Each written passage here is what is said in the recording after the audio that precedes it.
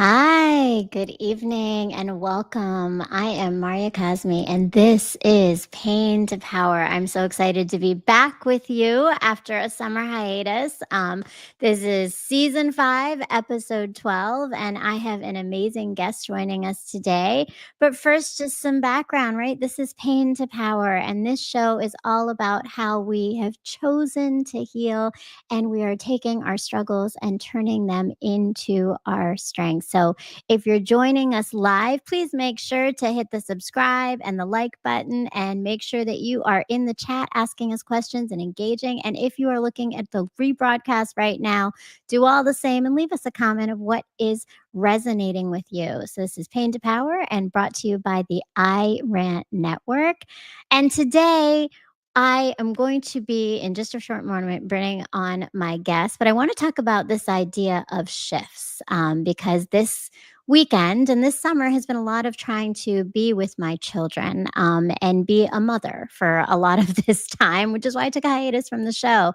And one of the things that happened this weekend is I realized how sometimes we plant seeds, and those seeds are small shifts that we make. But those small shifts end up being such larger impacts. So this weekend, I saw the big impact of all 4 of my children. I'm going to say 4 plus 1 plus a dog, because now I have a daughter in law and a grand dog, I guess, at the same time. We're all together to celebrate the homecoming of my youngest son, who just graduated from boot camp and finished job school and is off to college now. And he had a few moments with us. But this took a lot of shifts, small shifts. Shifts like I had to let go of my ego of trying to control the path of my children. Shifts that were part of my parenting to stop from teaching boys and guiding men. And that's what I've been doing. And through these small shifts, the outcome has been that my children picked up a lot of what happened this weekend, and they were the ones taking care of things and making sure things happen and ensuring that through a lot of challenges, every single one of them were together. So we're talking about shifts because today the guest that I am about to bring on for us is doing that. She's making small shifts but huge impacts and helping others to guide them to make their shifts. She's the founder and creator of Shift 2.0 and New Coaching.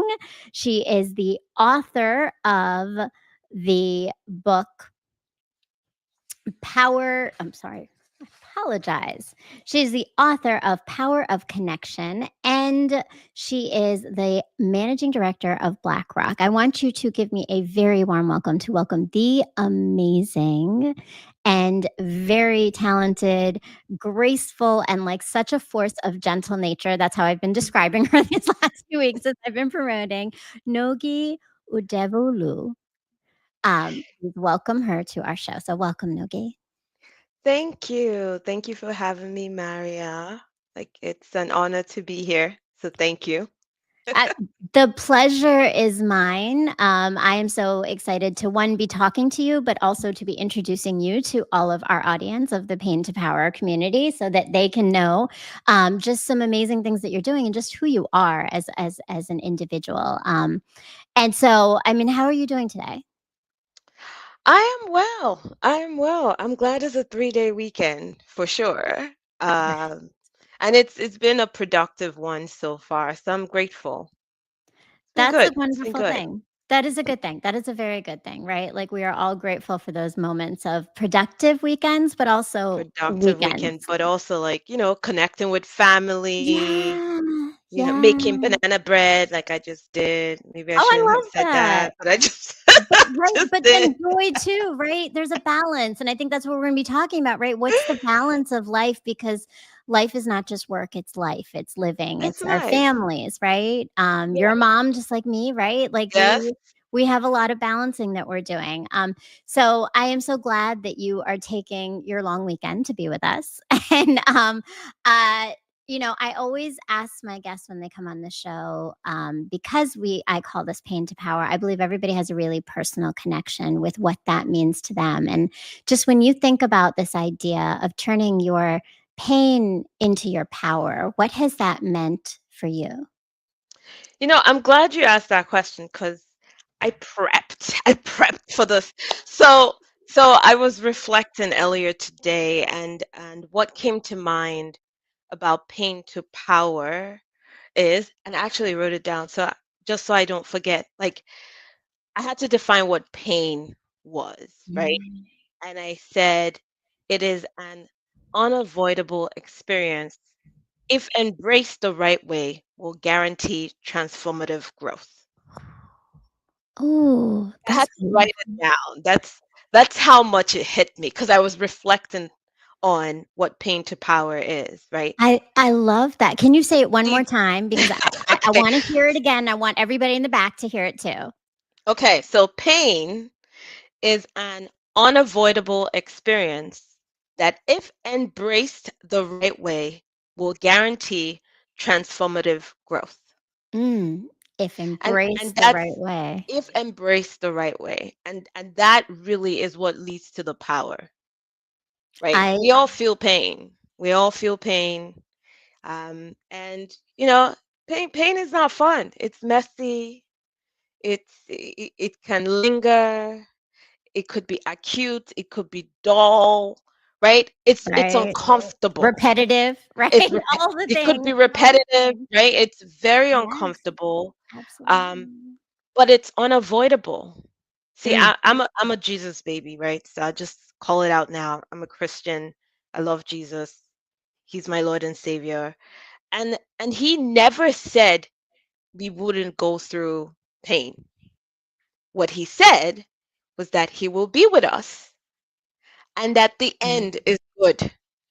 So it's by far an unavoidable experience. Like you can't avoid pain. However, should you embrace it the right way, you're guaranteed transformation.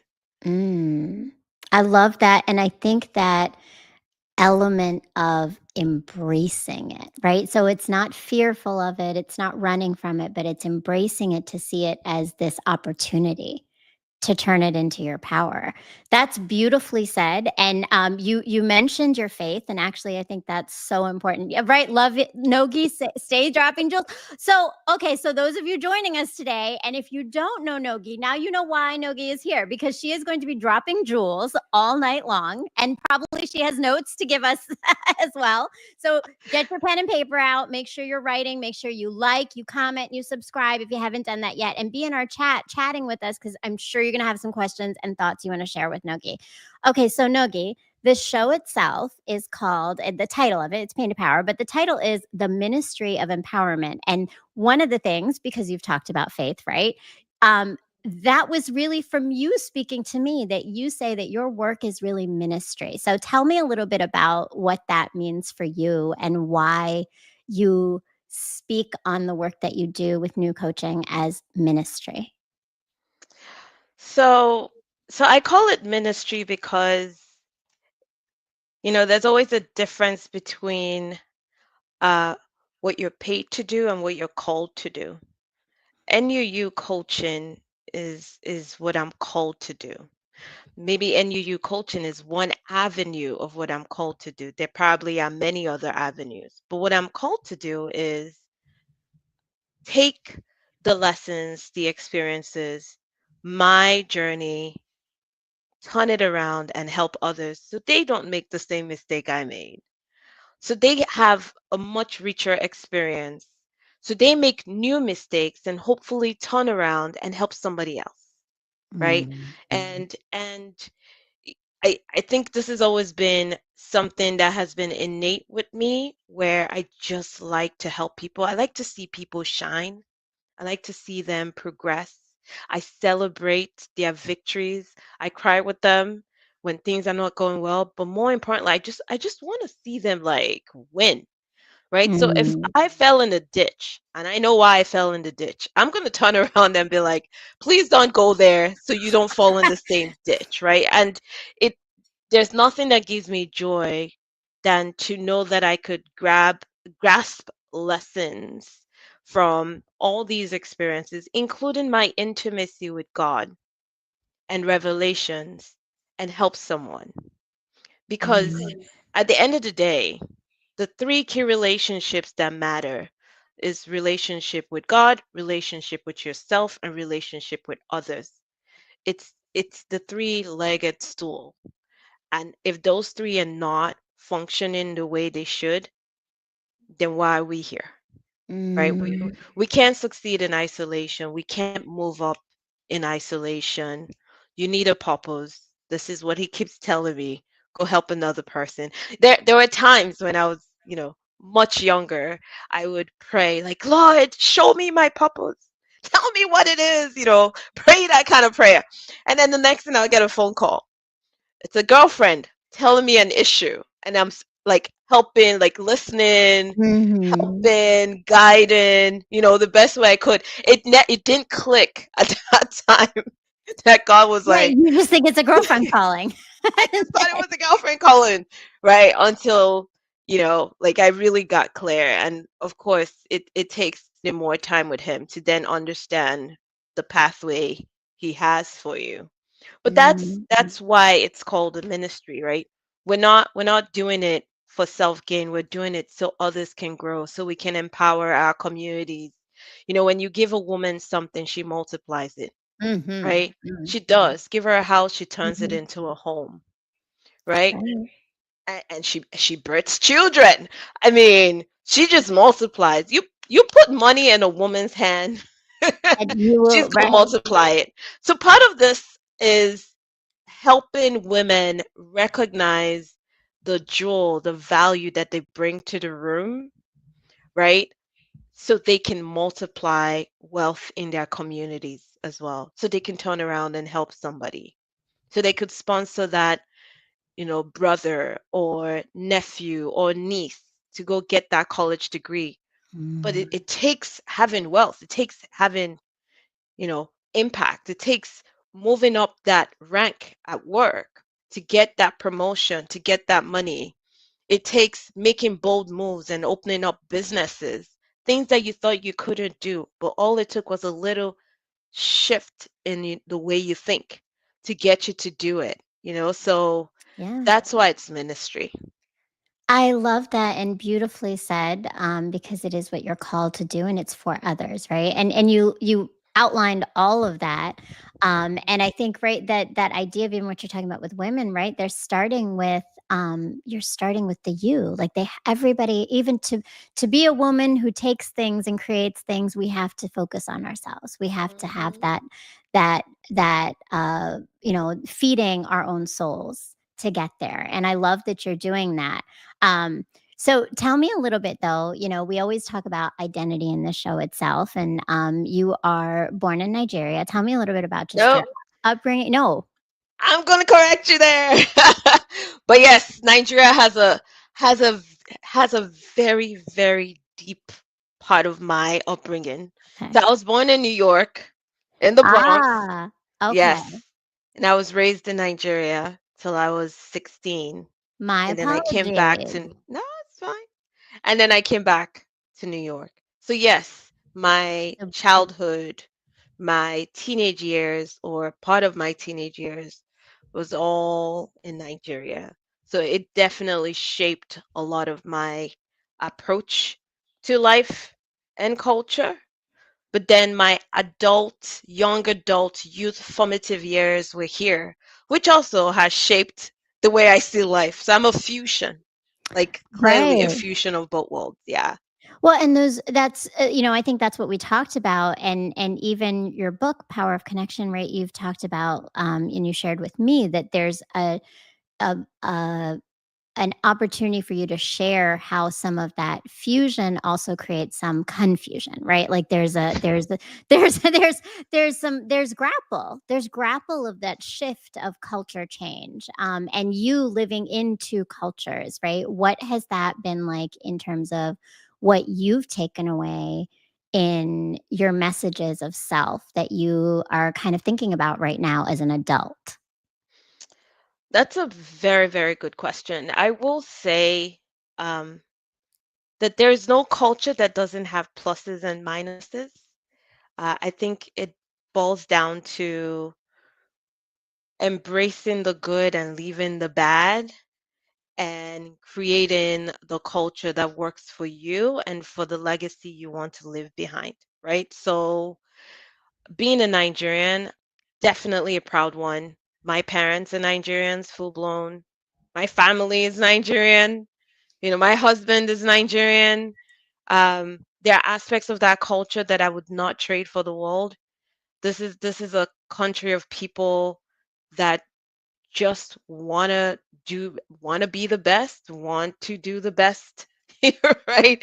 Um, they strive for the best. There's a saying in Nigeria. It's in pidgin English or broken English. I don't know how we want to say it. It says, "Naija no they carry last. You will not see us at the end of the queue. We want to Mm, be number one, mm, or we want to be among the best.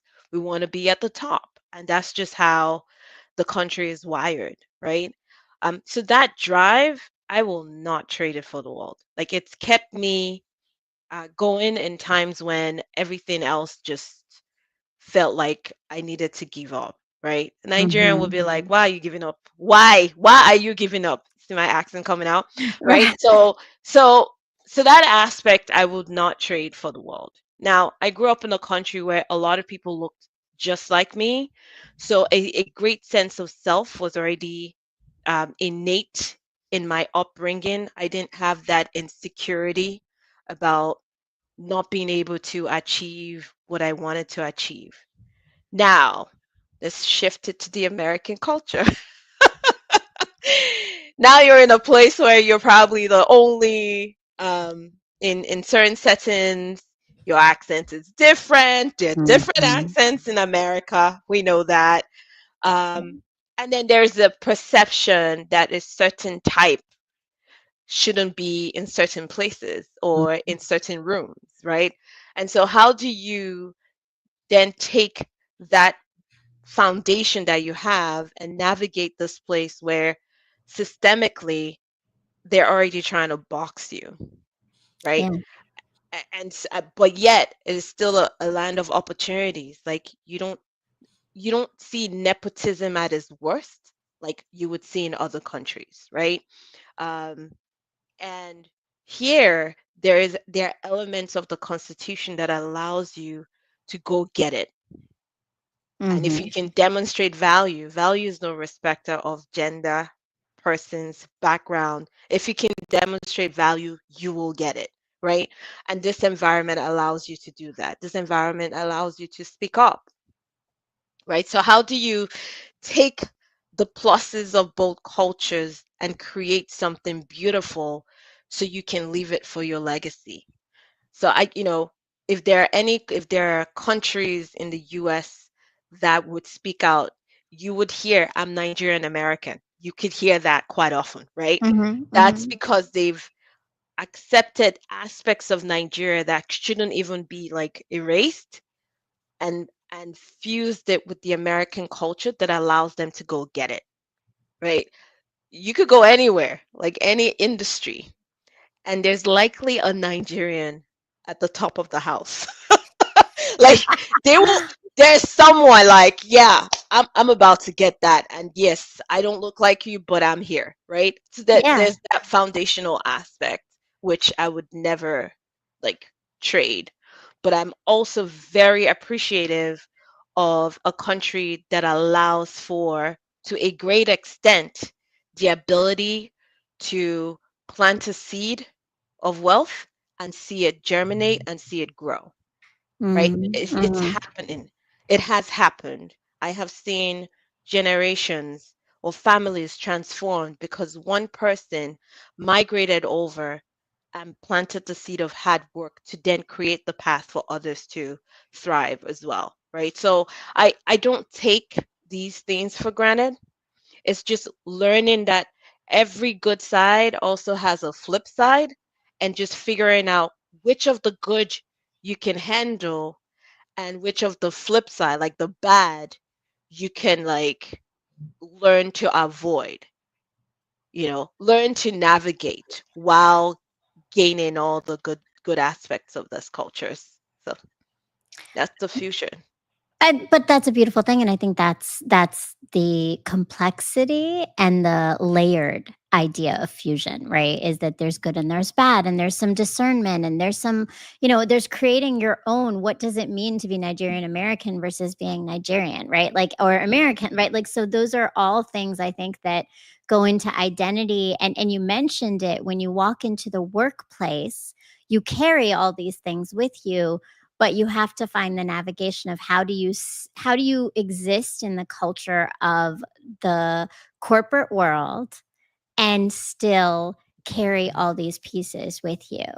And so, tell me a little bit like how this has driven some of the work that you do beyond the corporate world, right? Because we know that that's one of your spaces, right? Right. And it's actually, it sounds like, I know in our conversation, part of what's led you to create and you coaching is the fact that you yourself have experienced that transition, right? With that being a part of the corporate world and some of the pains that came with it in all of those pieces. Tell me a little bit about just what the pain was and how you started to find those things for yourself. Okay. So, like I said, pain is an unavoidable experience. I would say this if you're in corporate America like myself and you are a woman of color, particularly a Black woman, I'm sure you've experienced pain in different ways or forms. I'm not saying we've all experienced the same type of pain, but you know, we've experienced some kind of pain, right? Um, and I think I got to a point in my career where I just felt stuck. And when I say stuck, I see opportunities, but I felt like I could not move or I could not voice how I think the strategy of the firm or the division should go. And so I read Shonda Rhimes' book, The Year of Yes. Mm. If you haven't read that book, I encourage every woman to read every woman. When I say every, I encourage every woman. Now, Shonda is like the greatest introvert you will ever know. And it might be shocking to people, but this woman is an introvert. That's why she's the one of the best writers in the world, right? That's why she could Mm. kill us with her shows because she spends a lot of time alone in her imagination. So in her book, she talked about challenging herself for 1 year to say yes to all the things that she normally would say no to. So let's bring it back to me. Here I am, stuck. I want to get paid more money. I want to have greater impact in corporate America. I love finance and investment. Like it's in my DNA. I like to make money. I like multiplying money. Ask any of my friends, they'll tell you. I like that, right? And so I got to a level, managing director, right? Like yeah, how can we as a firm make more money? How can we as a division like take it to the next level? So here I am with all these ideas and I mentioned them and it's like going into deaf ears. Like I just felt like stuck, right? I couldn't Mm. move anymore. And so my year of yes was to do the things I normally wouldn't do.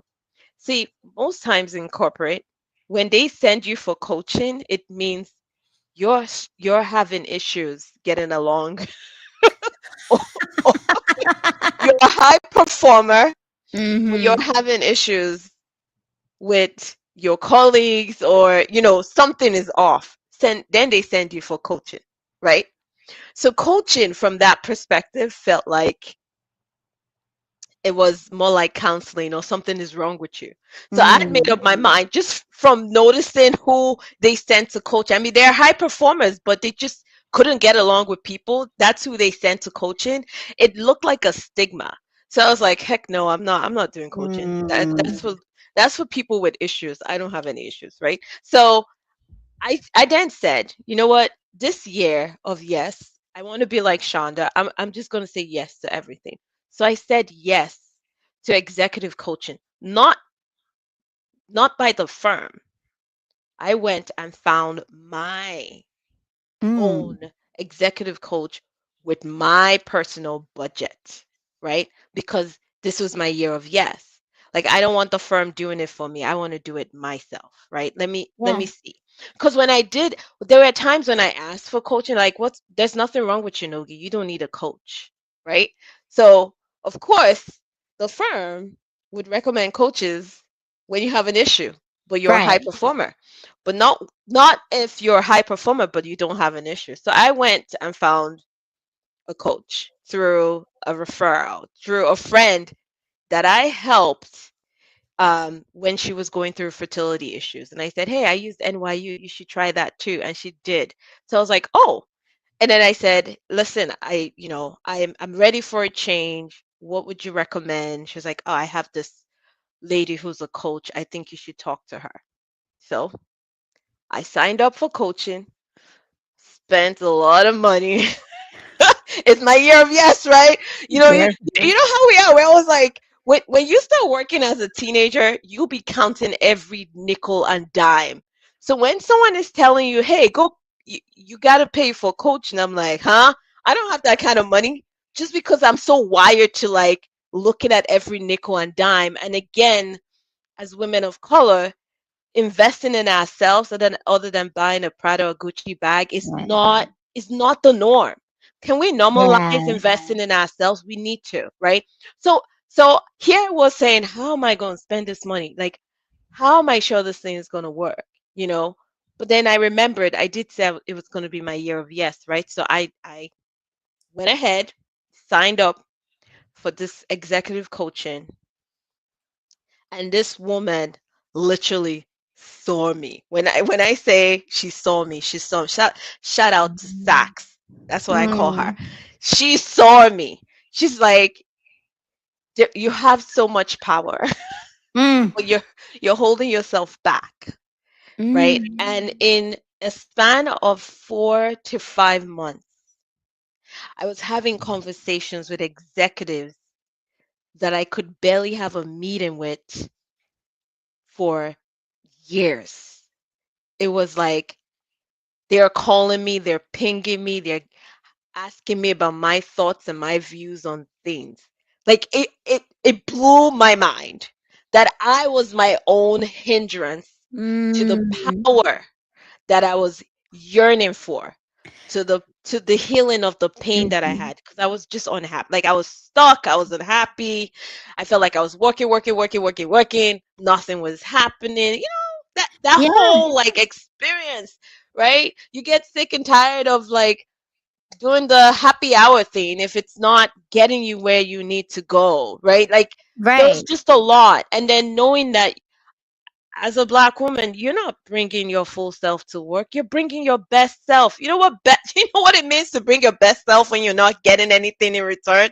That's a lot. It's That's a lot. That costing takes you. a lot. It takes a lot. It's costing you. Your hair, you gotta look tight. Your makeup, everything. Like you don't want anyone asking you some microaggressive questions. Mhm. so, Mm. so this is me like in a span of months, just seeing that transformation, all because I chose to own my journey. I chose to say, I would try something. I'm going to say yes to the things I normally would say no to. I chose to question some of the belief system that I created over time that were no longer serving me, Mhm. right? Sometimes we have belief systems that create the pain that we're in, right? So these things were Absolutely. no longer serving me. And my conversations became richer. I realized, okay, these executives are not as smart as I thought they were. Mm. That you start to recognize that. I realized very quickly, hey, I actually do have value. And if you don't recognize the value, I will find the company that recognizes that value and piece them out. So I actually left that firm, started a new firm, almost doubled my income, like, or doubled my income pretty much, Mhm. and actually started working on a level that I just did not imagine. If you had asked me like years back, did you ever see yourself in this seat? I would have said, oh, that's too much for me. Unfortunately, I was my own hindrance. Mm. So I was creating my own pain, not So, knowing. yeah, I mean, and it sounds like you already had all these tools. Like, you had this all already, you didn't see it, and you had these barriers up that stopped you from seeing it. So, walk us through a little bit of what that experience was, of what were some of those hindrances you noticed about yourself that you had to work through, like those mindset shifts? Okay, so one of them actually has to do with culture, right? I'm Nigerian. We respect our elders. We respect authority. Like we don't take that lightly, right? And you do as you're told, and you just say okay. You rarely say why. And this culture is not just unique to Nigeria. It's quite common in several cultures, right? Yes, I'm South Asian, So I'm very familiar with that. okay, so you do as you're told. Your elder is speaking, someone in higher authority is speaking. You seek permission before you take action.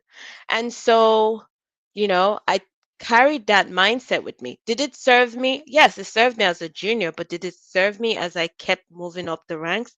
It served me less and less. And then I'm in a culture that actually would listen to you if you challenge the status quo the right way, right? There's a way to Mhm. challenge status quo the right way. Like, we got to do it the right way, right? So, um, and here I was just waiting for permission to speak. Oh, I Mm. don't think I could do that. And my coach would say, why not? Mhm. What's the reasoning behind you not thinking you can ask the question? Oh, well, it's my boss. What if your boss doesn't even know that that could be an issue, right? So again, Yeah. she showed up asking the questions that I had actually shut myself from even asking, like challenging the status quo. What Mhm. if? So so what you did that? So what? What's the worst that can happen? Mhm. So what if you ask for more money? What's the worst that can happen? They say no, but you asked for it, right? And she walked me through, like, it was just amazing, just walking through certain things that allow you to just think differently, right? So that cultural aspect was real. Or, you know, networking. I mean, this is the reason why I wrote the book Power of Connection. Mhm. Networking is also a big one. I would say I was lucky. I'm a curious person. My daughter has it too. I would just ask questions just because I'm just curious to know who you are. Had no idea that that was actually like a powerful networking tool, Right. right? Mhm. A lot of the Mhm. mentors that I've had along the way, along this journey, was because I was just curious to know who they were, how they got there, what makes them stay, all of that stuff. Right. But then when I think about networking with intentionality, then I start to like cower. I used to cower. I'm like, I don't want to Mm. talk to them because they start to think I want something, or they think, I'm kissing their ass. I'm not doing that. They might think I'm braggadocious. But I also had to learn to shift my mind about what it means to brag and what it means to state facts, Mm. right? Mhm. If I have an MBA, if I'm an award-winning investment manager, if I've, helped lots of people, if I've risen up the ranks, if I'm an industry subject matter expert, those are facts because it's exactly what I've done, right? They're facts. Right. And sometimes, or most times, you have to state facts to render the right service. I'm a founder of a coaching company. That's facts, right? I've Right. coached people. That's facts. I am certified trained coach. Those are facts, right? Like, but then when does it become braggadocious? Is when you start to inflate facts. But these are facts. And so it's just knowing where to draw that line.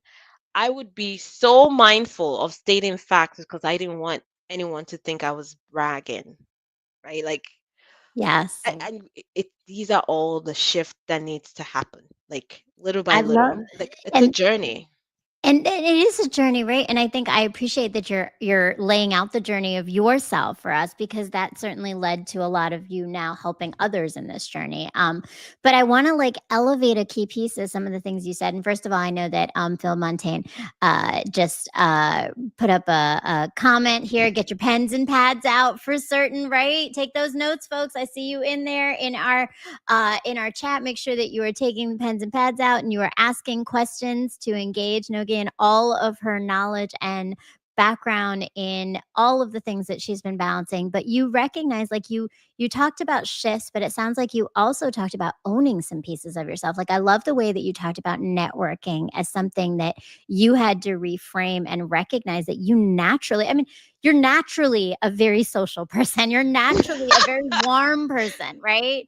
You're not, I mean, it took us what, like maybe 1 minute of conversation to connect with one another. And I imagine that's what it is for you in many ways. And many people downplay that because we look at technical skills over adaptive skills and relational skills. And we don't see those as really um, an entry point to pushing us further sometimes professionally. And so I love that you own that and that you talk about that. But even that cultural shift was also really big. And I have to say, I feel like you're speaking you're speaking a language I understand. I remember my very first interview for this job that I wanted when I have it now, but it took me 2 interviews to get it. And the first one, it was the part of it was that was like, you don't talk, you're not telling about yourself. You have to talk about yourself more. And there was like this like innate feeling of like, wait, no, but we don't do that. We don't talk about ourselves. We don't, but the truth is it's facts. Here are the facts, right? So there's a element of like saying the facts, but there's also of owning the facts. You have to believe that you yourself have all those qualifications and they're valuable. I love that. Yes, yes. It's been a journey. Don't get me wrong. Like I didn't wake up overnight and start talking this way. This has actually been a journey, and I'm still on the journey. There's still aspects Mhm.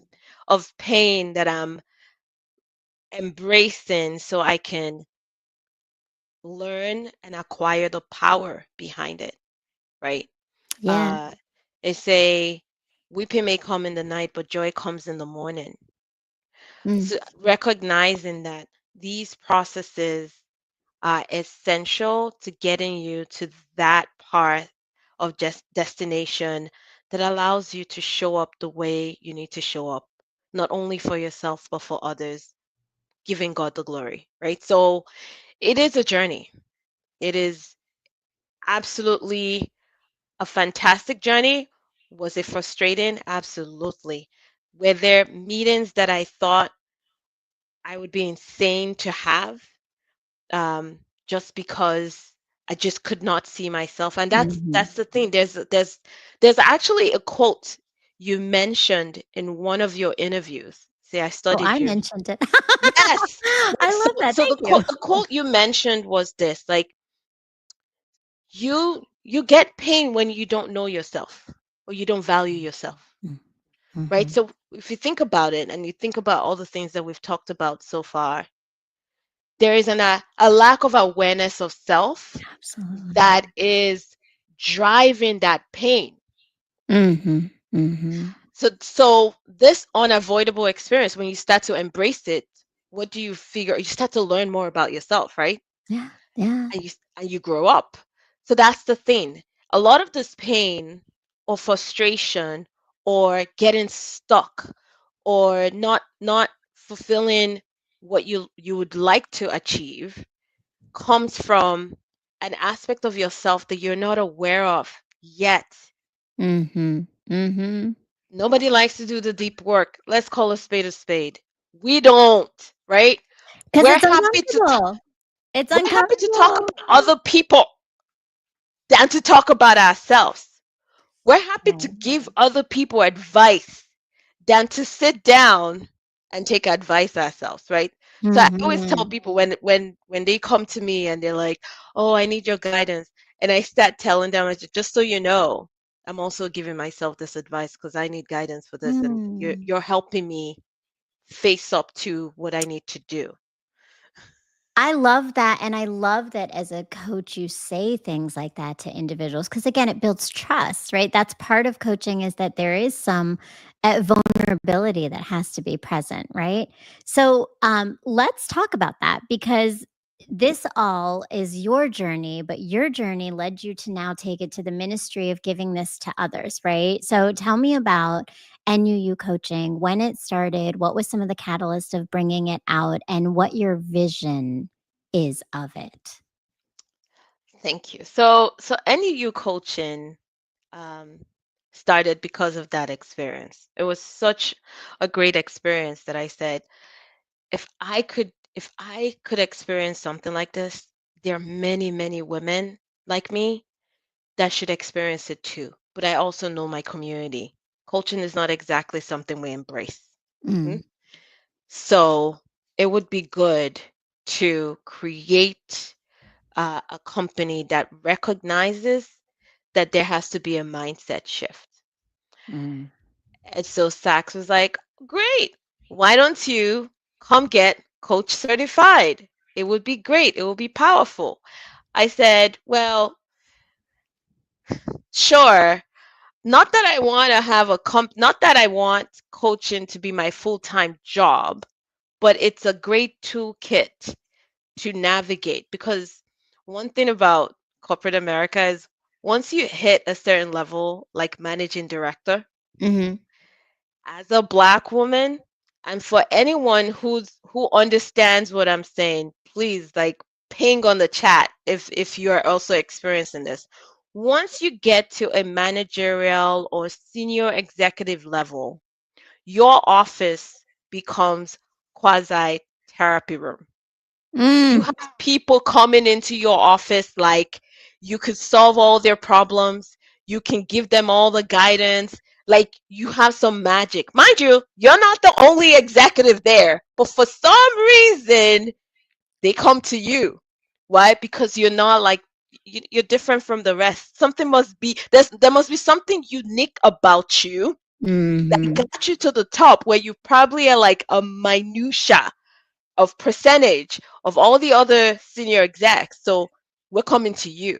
So I have like when I tell you I have on average maybe like 4 people a week just come into my office for like career advice or something advice.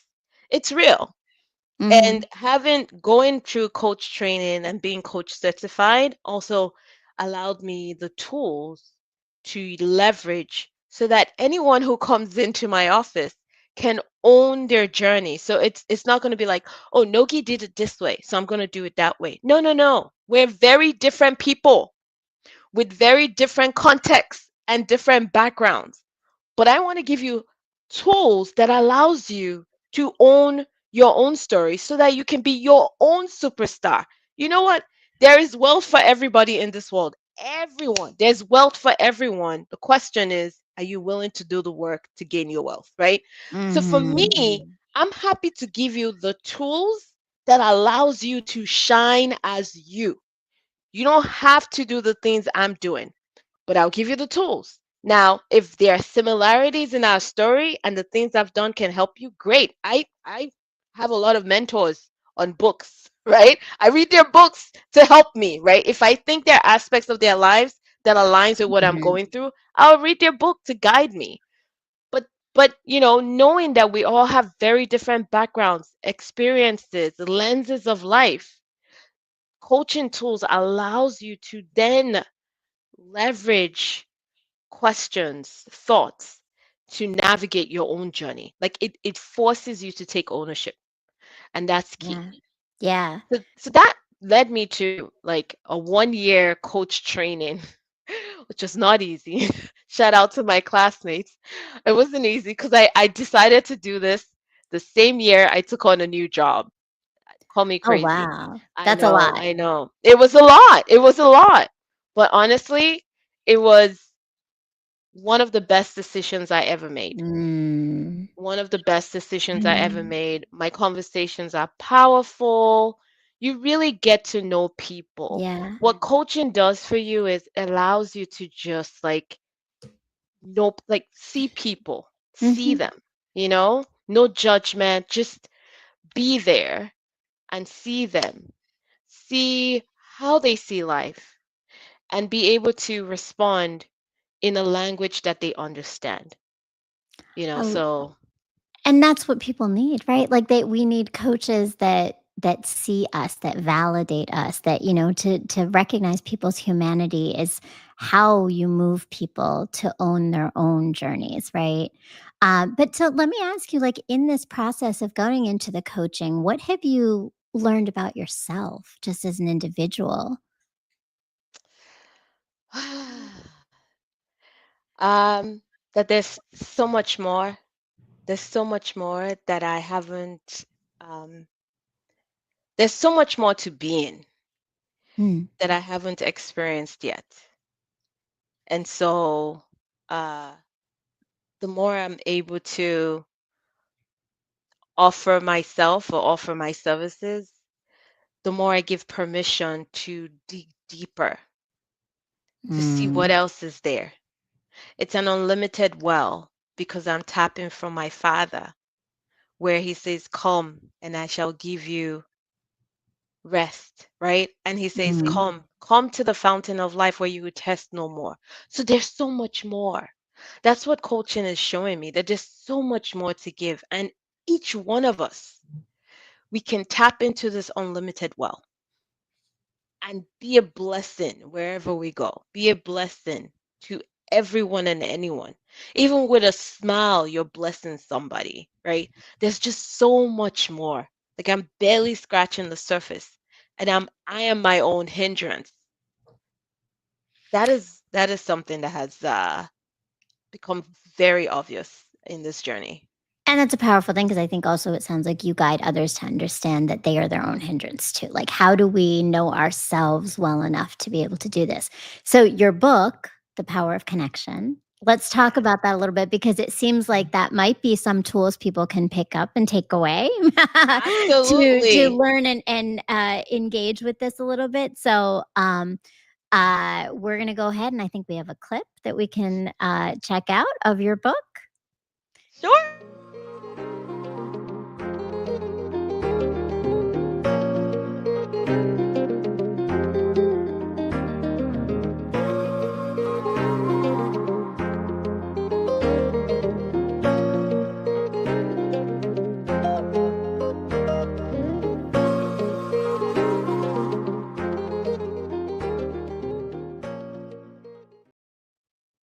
All right. So, the power of connection. First of all, love that promo. It's so smooth and beautiful. But tell us about the book and what people will gain from picking up the power of connection.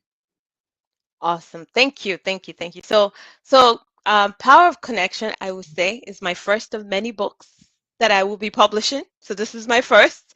And it really came from a lot of the questions and a lot of the conversations that I have with Africans in the diaspora, Um, and networking is not something we like to do. We don't like networking. If it Mm. doesn't feel natural, it doesn't. Again, coming from a culture where you do as you're told, Mhm, mhm, keep your head down and keep working. Networking is not Networking back there is delivering on the work you're told to do and doing it well. Less so about you chit-chatting with someone.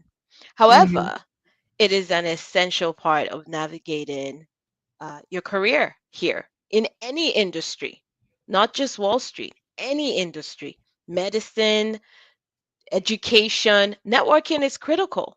How are Absolutely. people going to trust you if they don't know you?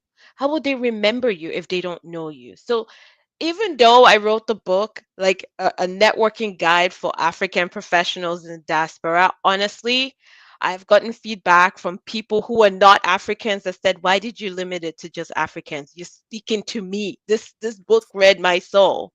What it does is it Mhm, provides a guideline on how to network, starting with taking some of those mindsets that may be limiting you from networking. So that's one.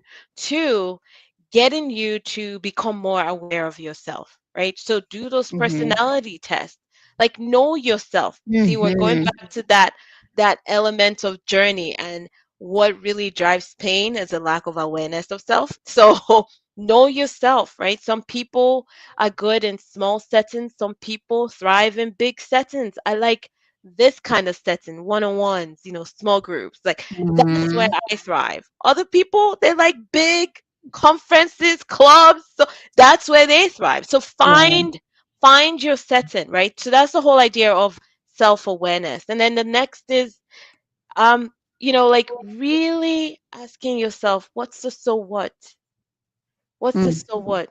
So what, you get rejected, right? What? Mm. What's the worst that can happen? You're still you. You still know who you are. You still know who you are, right? And then really like seeing networking as an act of service. That's key. Mm. We all have something to offer. Even a recent graduate has something to offer.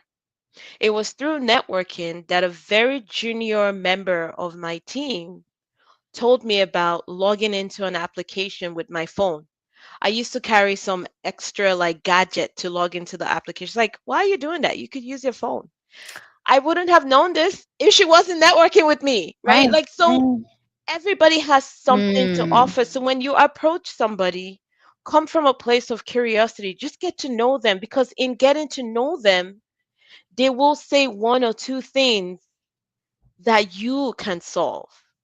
Or they would say one or two things about somebody that you can solve, or you can find someone who can solve that problem. So never see yourself as less, right? We're bringing value wherever we go. Look, if you're from Africa, you're already bringing value. You're bringing the value of recognizing authority and respect. Men love respect. It's their universal language, right? Like, Yeah. like that's power. Like, understand what you're bringing, right? Understand what you're bringing. Right? So there's that element of just like recognizing that you are value. And so when you Mhm. approach people, come with that awareness that you're rendering a service to them. So that doesn't stop you from connecting with who you need to connect with.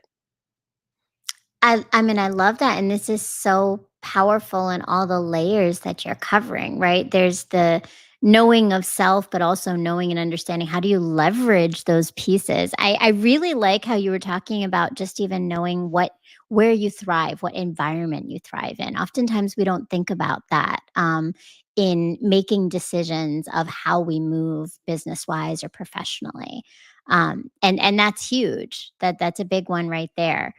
So, and all of this really reminds me a lot of emotional intelligence. Do you feel that a lot of the elements of this are also really hitting some of those aspects of how to lead which is networking. Networking is showing up as a leader to connect Mhm. with others, right? How does emotional intelligence play a role in some of these elements for you? It does. It does. It plays a significant role. I'll tell you this: as you become a leader, as you start to have people that you need to guide, it's less about your technical skills, right? Technical skills Mhm. are great. I'm a nerd, finance junkie, by all means, trust me. However, now I have a whole bunch of nerds that I need to manage. And it's not about the numbers. It's about recognizing and sensing what really gets them up in the morning, what gets them excited to come to work, and making sure you're connecting with them on that level, right? So emotional intelligence is a critical part of it. Networking does help with your emotional intelligence. It does. I've Mhm. had some networking hiccups. You learn things, right? I'll tell you one story. So, so I don't know if I have a sixth sense, but I just always could tell when someone is pregnant, even before they know they're pregnant, right? Mm. So as a junior, as a junior, I didn't know back then when you're pregnant in corporate, you don't say anything until it starts to show. So here Mhm. I am, like just very innocent, very naive, chit-chatting amongst women. And I just looked at someone and I said, "You're pregnant." Like that, right? And that's a taboo. Like you never say stuff like that. Right. Apparently, I ended up having a reputation. So if anyone was pregnant, they're like, "Stay away from Nogi because she will out you." She'll know. And you'll out everybody. Oh, no. Until someone, a wonderful person that had networked with and realized like she doesn't know, pulled me aside and said, there's an unspoken rule. You don't say anything until the belly starts to show. So even if you know Nogi, don't say anything. And I was like, oh, okay. So I learned, right? And they were like, oh, you finally learned. I was like, I didn't know I was doing something wrong. But no But it one was pointed it out, though. nobody pointed. See what I'm talking about? Nobody pointed it out. They just all said, stay away from her because she would know that you're pregnant. Because I was usually right. But anyway, so again, networking issues. That was a networking like hiccup. But it took someone else because I think they noticed Mhm. it was just me being innocent and not meaning to hurt anyone, but just excited that something was brooding and I could Right. sense it. Right. Just say, "Oh yeah, we don't say that." Until the belly shows. Even if you know, just act like you Mhm. don't know. Mhm. I was like, "Oh, thank you. I didn't know that." So again, I wouldn't learn about that cultural or unspoken, rule if I wasn't networking, right? So there you have it. Absolutely, and I love that, and I think you elevate something, which is that when we're coming from different cultures and culturally, whether it's through, where you've lived or where you're just even how you've grown up in your own home, and each culture is different. Each home culture is different. Each person's upbringing is different, and there's a lot of ability to learn from others in networking when it comes to that across differences, across cultural, but you have to, like you said, approach it with curiosity, not with assumption. That's a big thing that I hear in a lot of what you're saying, right? Is that it's not the assumptions that we're making about others, but rather learning about them genuinely to understand how do we now work together? Where's our entry point here? And I love that. And you lay it all out in the book, but it sounds like what you've done though with the book is you also now have where you've gone from personal coaching to a community of coaching, right? You have the Shift 2.0 conference, which is an annual conference. Now, how many have you had so far? This is going to be number 5. This is going to be number Wow! First of 5. all, congratulations. That's amazing. We got a clip over here. Tell us about the Shift 2.0 conference and what happens here and how this has taken and extended your work. So Shift 2.0, and I call it 2.0 because we moved from a virtual conference to in person. Our first in person kicked off last year, which is amazing. Just so much love and community and just words can't even express how it was. And I'm looking forward to what we have this year, right? So the whole idea of Shift is really helping women make little shifts towards their professional and personal goals, right? And it's all about we leverage biblical principles, and it's all about the mindset, doing the me work that you normally wouldn't do if they left you alone. Come to this Mhm. gathering and you will do the work. And then not only that, you're where you're with a community of like-minded women that also want to succeed and cheer you on as you succeed. So this year, the theme is light. We're going to be having panel discussions. We're going to have a fireside chat. We're going to have a coach facilitate some thought provoking sessions for everyone. I will be the keynote speaker. Like, I'm super, super excited. It's going to be in New York City, right in And the heart of when is it gonna Midtown. be, and how do we find out about it? Like, how do we get the link, the information, all the details? Thank you very much. Yes, because I get so excited. Okay, I so know, and it's fabulous, but those are important details. We want to make sure everybody knows how to get there. okay, so Shift 2.0 happening October 11th, 2025. It's a Saturday, and tickets are live on Eventbrite. And actually, today is I think tomorrow, September 1st, we have our early bird special that actually expires tomorrow at Ooh. 11:59 p.m. All right, You get on can that, get folks. you gotta get on there. It's on Eventbrite. You can't miss it. Shift 2.0. It has all the details, the speakers, everything you need to know about the conference, and it's going to be live in New York City. It's an in-person conference. There's a reason why we make it in person. Um, there is something powerful when we all come together and we can connect. And we have folks that can't wait. They attended. I've had folks attending Shift Conference from the very beginning and are going to be there again next month. Please, please, please sign up. It is a transformative conference. It will shift you. You will do things you never thought you could do after you attend this conference. And we give you practical tools. So Mm. it's not just a talk, you're going to do it. And you'll be like, you know what? Yes, yes, I needed this.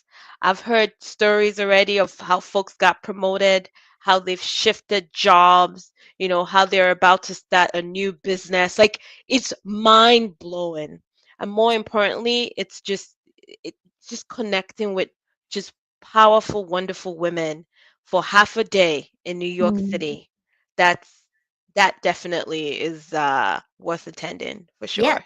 That's a beautiful thing, and I think that sounds like an amazing environment of connection, and, oh, I love it. I don't wanna pronounce your name wrong. Thanks, Namika? Emeka. Emeka. Nameka? Ameka. Ameka, insightful conversation nuggets of wisdom from Nogi. Definitely. Thank you so much for joining us, Aneka Nameka. Nemeka? Yes. Okay.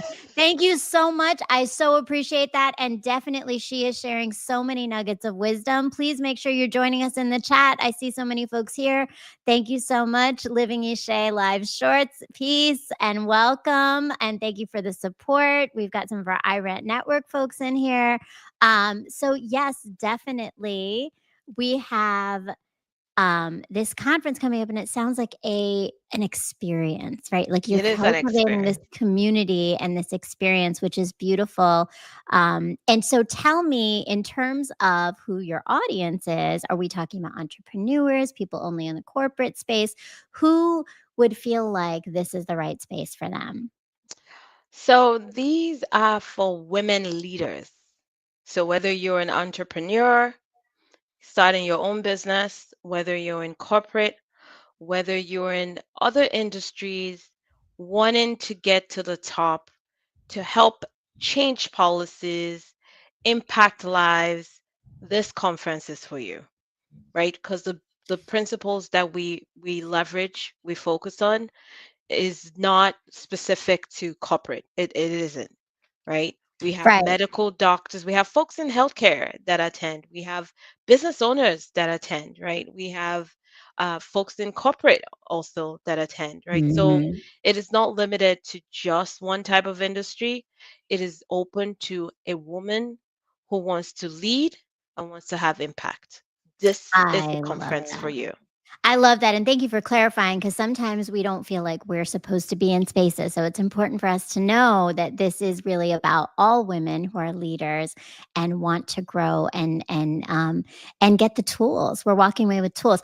I can't wait because I plan to be there. So, I'm very excited to finally come. I wasn't able to come last year, but I'm definitely super excited to be there, and I think also, as we're talking about all of this, I was doing some research prior to this, and I know that a lot of what's happening right now with all the shifts currently in the government, we have an unemployment rate for Black women that rose to 6.9% this year alone, and 319,000 Black women have lost their jobs in both the public and the private sector this year.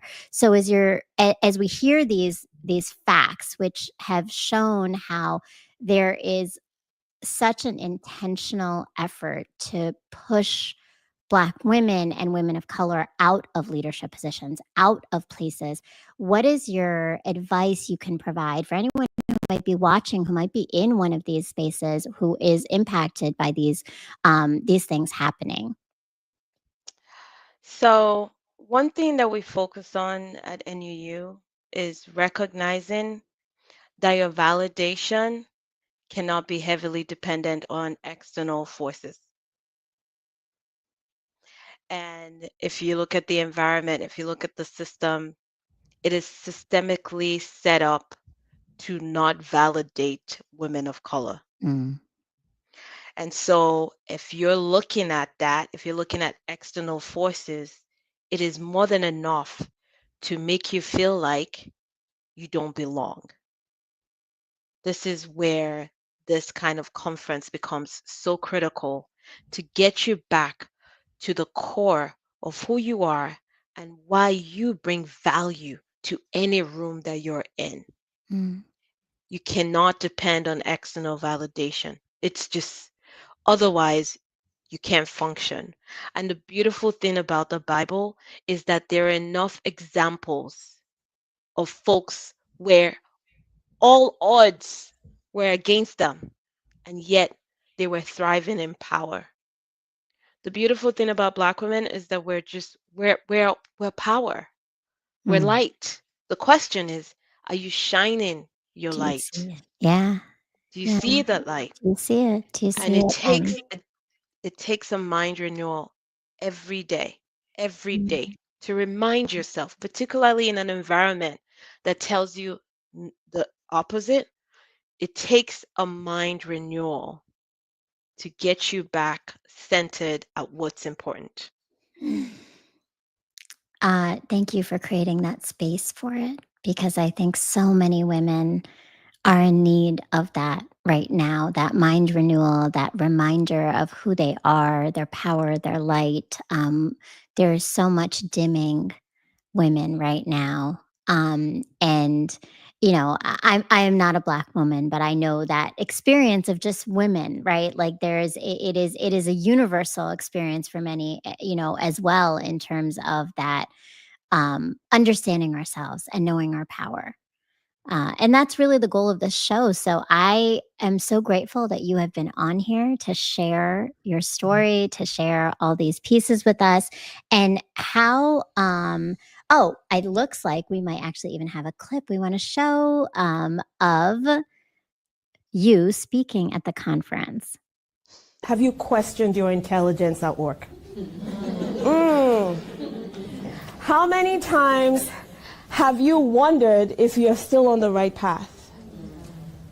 How many times have you felt like taking a frying pan and hitting somebody's head for insulting you even though they were just being ignorant? How many times? How many times? Okay, I'm here.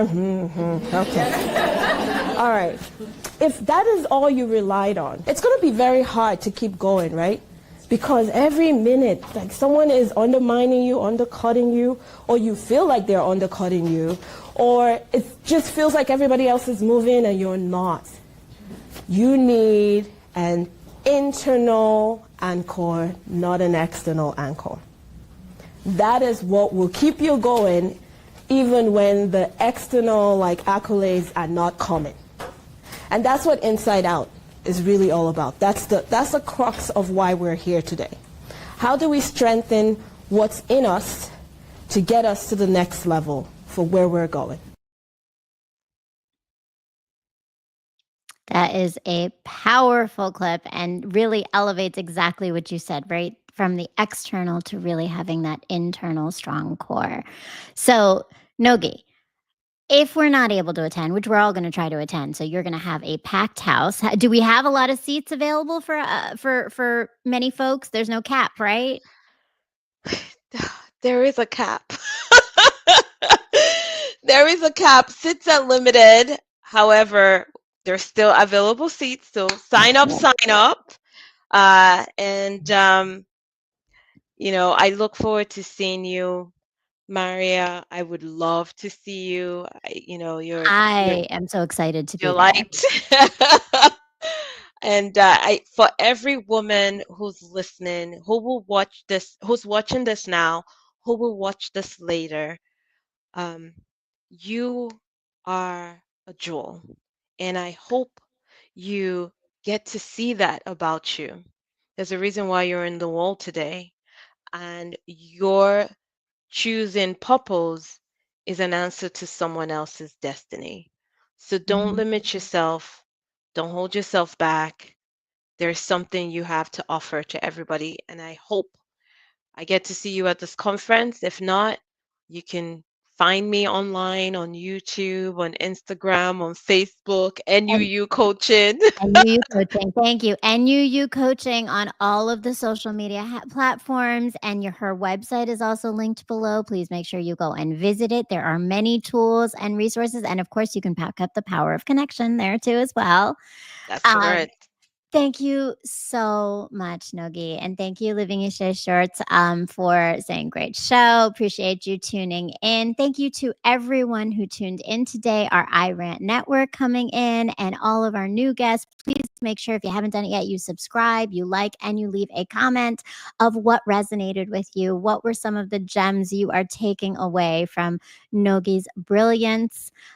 Please make sure to follow her and follow me and tune in on Sundays at 8 p.m. for more episodes of Pain to Power as we continue to make these small shifts of our minds and knowing who we are to continue to heal. So thank you so much. Thank you again, Nogie.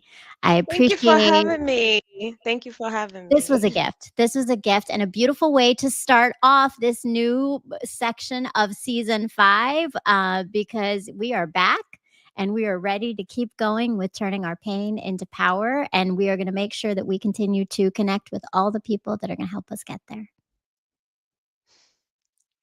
Thank you so much to you. Thank you to the iRant Network and to, of course, my amazing producer, Mr. Montaigne Masek. And to Nogie for being our guest. Thank Peace. you. Thank you. Thank you very much. Thank you. Peace, love, and light.